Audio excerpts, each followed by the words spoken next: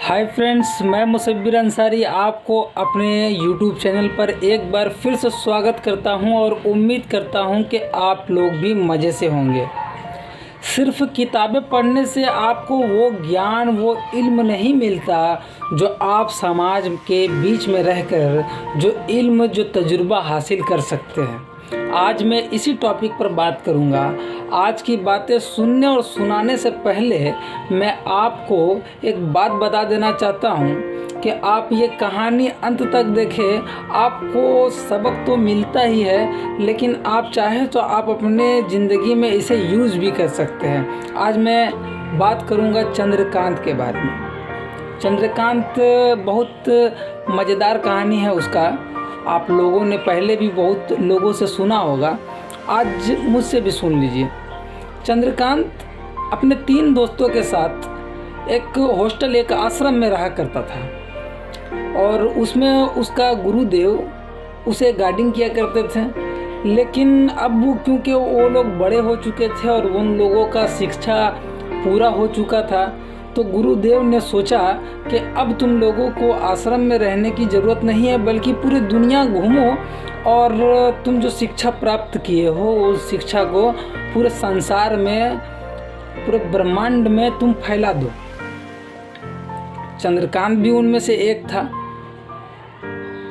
तो बोला, कल सुबह तुम चाहो तो अपने सामान को लेकर हमारे इस आश्रम से जा सकते हो।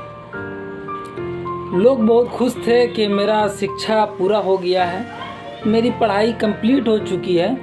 अब मैं एक जगह से दूसरे जगह जाऊंगा और लोगों को भी कुछ सिखाऊंगा। ये बात सोचकर चारों दोस्त एक जगह बैठ के मीटिंग करने लगे। कल से तो हमारा हॉस्टल छूट जाएगा, आश्रम छूट जाएगा, तो कहाँ चलना है बताओ। सबसे पहले तो किसी ने कहा कि चलो पूरब की तरफ चलते हैं, किसी ने कहा दक्षिण की तरफ चलते हैं, किसी ने कहा पश्चिम की तरफ चलते हैं। तो चंद्रकांत ने कहा कि क्यों ना जो शिक्षा हम प्राप्त किए हैं सबसे पहले जंगल में चलते हैं। जंगल में बहुत सारे ऐसे चीज़ है जिसे देखकर, जिसे समझकर और भी ज्ञान लिया जा सकता है और भी इल्म अपने अंदर में लाया जा सकता है। ये चंद्रकांत का कहना था। तो वो जो 3 थे वो उनसे ज़्यादा पढ़ा लिखा था, तो उसने कहा कि ए चंद्रकांत, तुम कम बोलो यार, तुम बहुत ज़्यादा बोलते हो। ऐसा करो, तुम आश्रम में ही रहना और गुरुदेव का सेवा करना। तुम मेरे साथ जाने के लायक नहीं हो। अगर तुम्हें कहीं मैं लेके चल जाऊं तो मुझे इंसल्ट फील होगा। तो चंद्रकांत कहता है कि गुरुदेव, अगर आप अपने साथ रखेंगे तो अपना भाई ना कहकर मुझे नौकर ही कह देना, मैं इसमें ही अपने आप को संतुष्ट कर लूँगा, लेकिन आप अपने साथ ही मुझे ले चलें। बोला, ठीक है, ऐसा बात है तो मैं तुम्हें नौकर ही कहूँगा, तुम मेरे साथ चल सकते हो। वो तीनों ने डिसाइड किया। अब चंद्रकांत वो अपने 3 दोस्तों के साथ जंगल की तरफ जाता है दूसरा दिन। तो जंगल में चलते चलते चलते थक जाता है और तो लोगों को भूख लगते हैं। तो भूख के दौरान में कहता है कि अब कुछ खाने का इंतज़ाम हो जाए।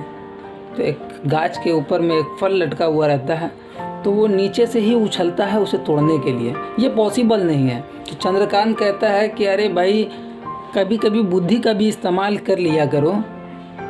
मैं इस पेड़ पर चढ़ता हूँ और उसे तोड़ लेता हूँ। जब चंद्रकांत पेड़ पर चढ़ता है और वो फल को तोड़ के अपने तीनों दोस्तों में बांटता है, तो दोस्त चंद्रकांत के बारे में कहते हैं कि वाह चंद्रकांत, तुमने तो कमाल कर दिया यार, तुम्हारा तो बहुत नॉलेज है यार, तुम बहुत अच्छे इंसान हो। लेकिन भूलना मत, मैंने कहा है कि पूरी दुनिया में हम लोग घूमेंगे, लेकिन तुमको हम नौकर ही कहेंगे। तुम ये मत सोच लेना कि तुम मेरा गुरु बन गए हो।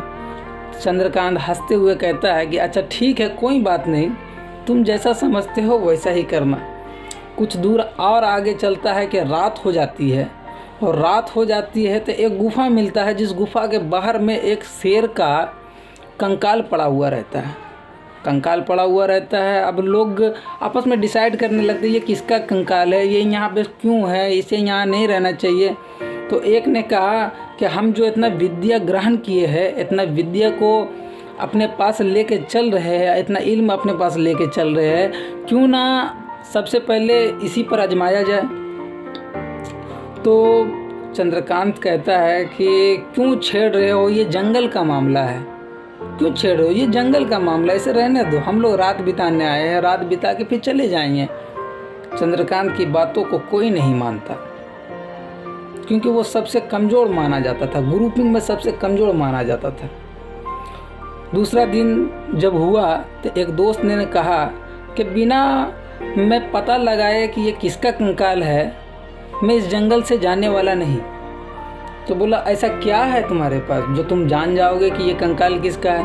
बोले मेरे पास एक विद्या है, ऐसी विद्या है जिसे मैं चाहूँ तो इस टूटे हुए कंकाल को आपस में जोड़ दूँ।